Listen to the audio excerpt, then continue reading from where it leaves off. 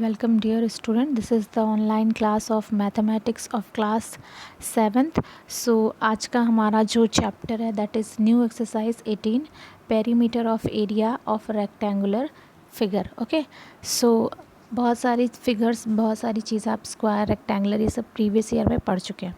तो rectilinear figures क्या होते हैं? A figure closed by some line segment is called rectilinear, है ना. ये रेक्टेंगल नहीं है, दैट इज़ रेक्टिलिनियर फिगर्स. इसके अंदर सारी चीज़ें आ जाएंगी. कौन कौन सी?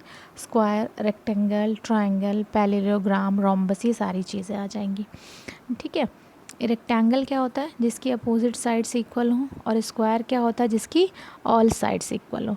तो पेरीमीटर यानी कि उसके चारों तरफ का एरिया. ठीक है ना. तो यहाँ पर देखिए 2L हो गया और यहाँ पर 2B हो गया. अब इन सब को जोड़ना है. तो आप क्या करेंगे आप? 2L plus B, that is the formula of your perimeter of area. जैसे आप देखिए, अगर आप इसको जब करेंगे तो 2L आएगा उसमें और 2B आएगा. तो ये हो जाएगा 2L प्लस 2B. अब 2 कॉमन ले लीजिए तो यहाँ पर क्या बच जाएगा? L plus B. That is the formula of perimeter of rectangle. Formula कहीं से आता नहीं है, उसी के थ्रू बनता है. अब स्क्वायर में क्या होता है कि दोनों साइड्स, सारी साइड उसकी इक्वल होती है, इसलिए 4 इंटू साइड्स. तो यहाँ पर देखिए आपके सारे फार्मूले दिए हुए हैं 1 बाय 1 कि किसका क्या फार्मूला, एक ही से दूसरे फार्मूले बनते हैं. ठीक है. और यहाँ पर कुछ यूनिट्स दी हुई हैं. ठीक है, कि 1 किलोमीटर बराबर कितने मीटर होते हैं लेंथ में, और यूनिट्स ऑफ करस्पॉन्डिंग एरिया में क्या होगा. नीचे अभी आपका दिया हुआ है कि ये 1000 मीटर स्क्वायर है, 1 hectare equal to 10,000 metre square. तो ये सारे यूनिट्स आप जब पढ़े रहेंगे तो आगे क्वेश्चन को सॉल्व कर लेंगे. ठीक है. सो 18.1 में देखिए, फर्स्ट है the cost of fencing a rectangular field. मतलब एक रेक्टेंगुलर फील्ड है जिसको फेंसिंग करने का जो पर मीटर कॉस्ट है वो 3.50 है. और रुपीज़ कितना आ रहा है? 595. यानी 3.50 के रेट के अकॉर्डिंग 595 रुपीज़ आ रहा है. लेंथ उसकी 60 मीटर. यहाँ पे थोड़ा आप करेक्शन कर लीजिएगा, 6 दिया है बट यहाँ पे 60 मीटर होना चाहिए. ओके. Find its breath. तो हमें इसकी ब्रेड्थ फाइंड करनी है. तो देखिए, कॉस्ट ऑफ फेंसिंग इतना है, टोटल कॉस्ट दिस है.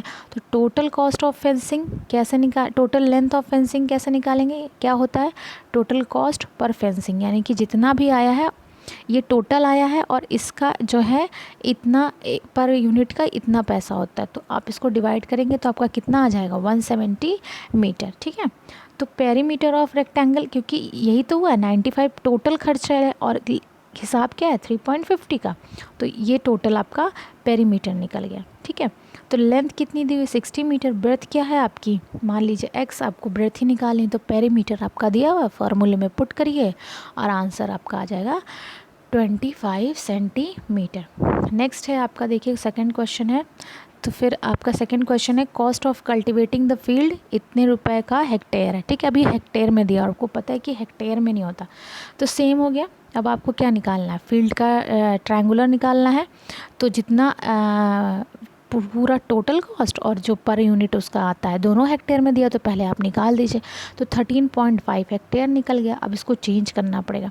तो अभी आपने पढ़ा था कि 1 hectare equal to 10,000 square metre. तो 1.3 हेक्टेयर कितना हो जाएगा? इतने स्क्वायर मीटर. हाइट इसकी x है, ऐसा क्वेश्चन में दिया हुआ है. और जो ब्रेथ दिया है वो कहता है कि हाइट का वो कितना है? 3x है. एरिया ऑफ ट्रायंगुलर फील्ड, ये फार्मूला आपको दिया हुआ है कि हाफ बेस इनटू हाइट होता है.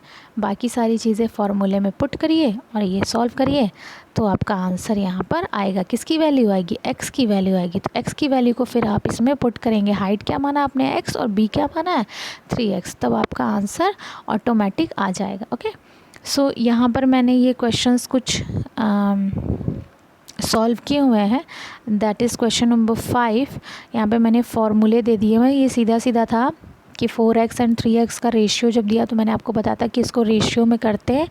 और सेम फार्मूले हैं, जैसे सेम है आपके पास जो फार्मूले मैंने आपको दिए, इजी वे में ये सॉल्व हो जाएंगे. This is another question. Question number 9 है यहाँ पर. और that is your last answer question. That is question number, ये आपका लास्ट क्वेश्चन है.